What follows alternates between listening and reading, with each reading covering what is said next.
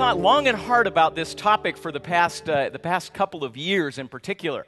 So while we've looked at accountability for quite a while, I've thought in a more focused way about this specific topic of these moments of accountability with people that we love. Have any of you ever had a loved one disappoint you? Anybody have that happen before? So as I've prepared some of the conclusions that I've drawn, I realize also that I feel more moral credibility when I've had recent experiences that have challenged me to apply some of what I'm learning. And so as I prepared my slides, I've thought and I hoped and I sent out a message to the universe to please give me a disappointing experience so that I could speak with some credibility about this topic. That experience came along very naturally. My wife and my two daughters and I headed off about 3 weeks ago for a vacation, had a terrific time, and one member of our family, who will go unnamed, stayed home, had some other commitments, and we left with just a few expectations, just three, as a matter of fact. First, we said, please, while we're gone, don't wear your dirty golf shoes into the house.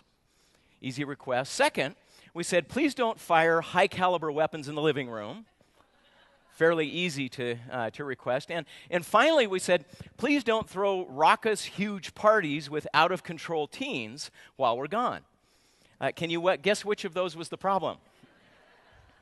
So it's Sunday morning. I wake up in Rome, Italy, and get a text message from our neighbor. Now, I didn't know if you're familiar with this, but there's this wonderful technology where you can actually text along little video clips, so you can feel like you're there.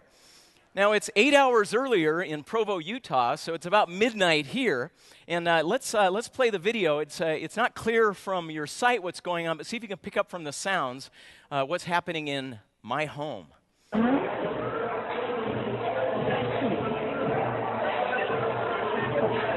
Nothing.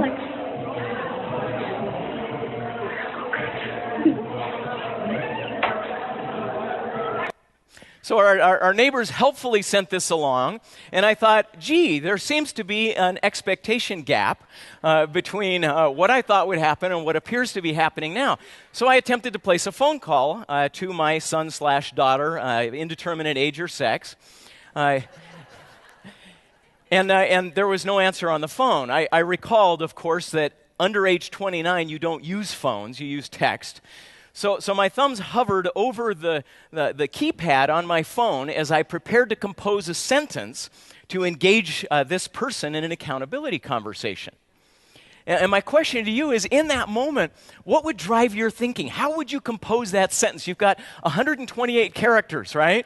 To begin this accountability conversation, what would you say and why?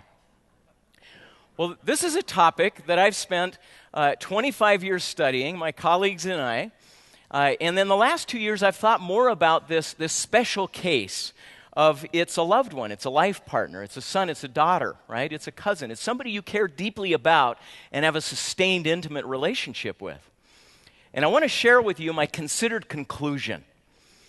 My answer to the question, how do you hold those you love accountable, is don't. Now, I'm going to qualify that answer in just a moment, but I want that to sit with you for a moment. The first message I want you to take away is don't. Don't hold them accountable. That's not the goal. Well, here are the few conclusions I want to tease out with you as we talk today. First, if your goal is accountability, what you're going to get is fear, not empathy. So that's why the answer to the question, how do you hold those you love accountable, first of all, is don't. That's not the goal. If that's your goal, what you're going to do is provoke the opposite of what we want. Second, accountability isn't the goal, it's the fruit. If you handle this moment right, accountability happens naturally. That's what flows out of it. And third, the goal is emotional connection. That's what we need in that moment. So I come home from Italy, and there's a garland above the door, and the lawn is mowed, and there are rose petals on the driveway.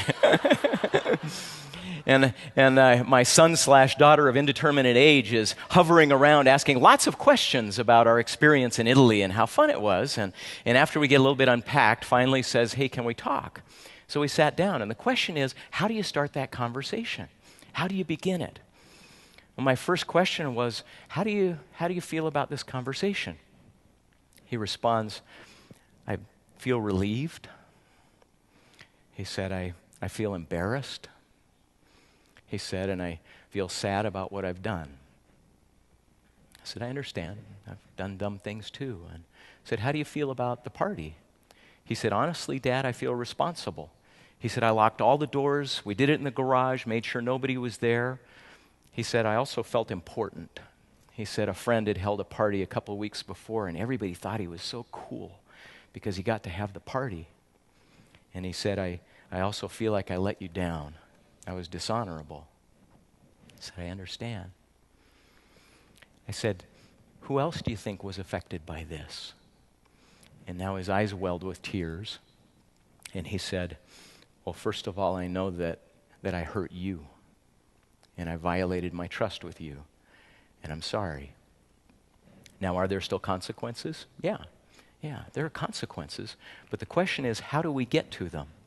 Remember, if your goal is accountability, we provoke fear, not empathy, and they're looking for fear in that moment. Accountability isn't the goal, it's the fruit. The goal is emotional connection. And when there's emotional connection, will they always take responsibility? No. But they never will when you're not emotionally connected. There's no possibility of that. So is this a soft form of accountability? No, Mr. Sporlater would say it's the hardest there is, because it gives them the opportunity to step up and own what they've done, just like my son/daughter of indeterminate age did. So what are the principles here? First, just assume the best. Come into it assuming you wouldn't do this unless something big was going on. Now, does that not mean that they might have made mistakes or made errors? No, they're just like you. But see them that way. Second, connect emotionally. How are you feeling about this? Make sure that you get that connection. In addition to sharing your own, explore natural consequences.